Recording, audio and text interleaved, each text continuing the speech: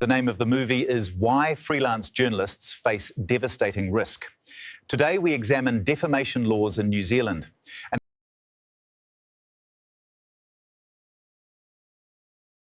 Welcome to this video on the architecture of accountability, exploring how journalists and politicians in New Zealand navigate legal risk.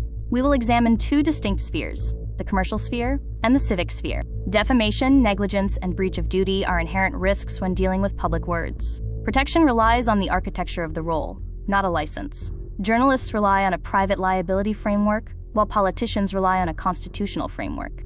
In the commercial media sphere, legal protection is conditional and depends on the employment contract. Staff coverage is protected beneath corporate employer liability, while independent exposure means freelancers carry individual risk. For staff journalists, the media company's corporate insurance policy acts as a shield.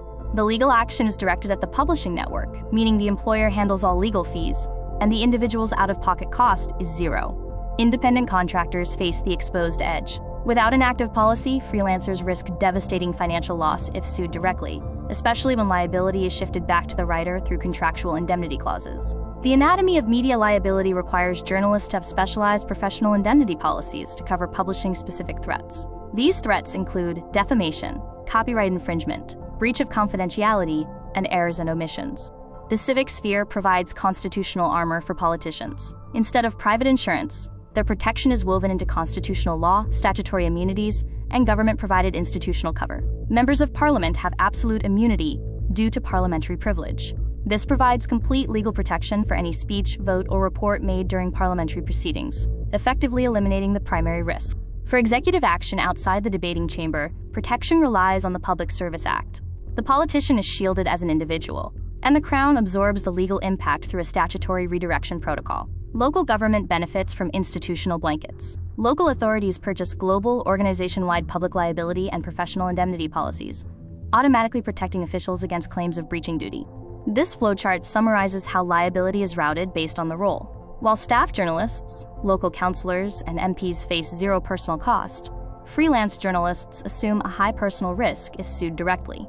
The accountability and protection matrix shows that while freelancers are the individual target, all other roles, staff media, local government, and MPs, direct vulnerability to the publisher, the council, or the Crown, resulting in zero individual cost. There is a universal limit, the crime exception. No shield is entirely impenetrable. Protections vanish under conditions of intentional fraud, documented corruption, or criminal acts. Statutory immunities cannot shield officials from criminal prosecution. We've seen that the commercial and constitutional realities represent different spheres with different shields. Legal protection is a commodity for the media, but a constitutional right for politicians. Legal risk is universal, but how it's managed is by design.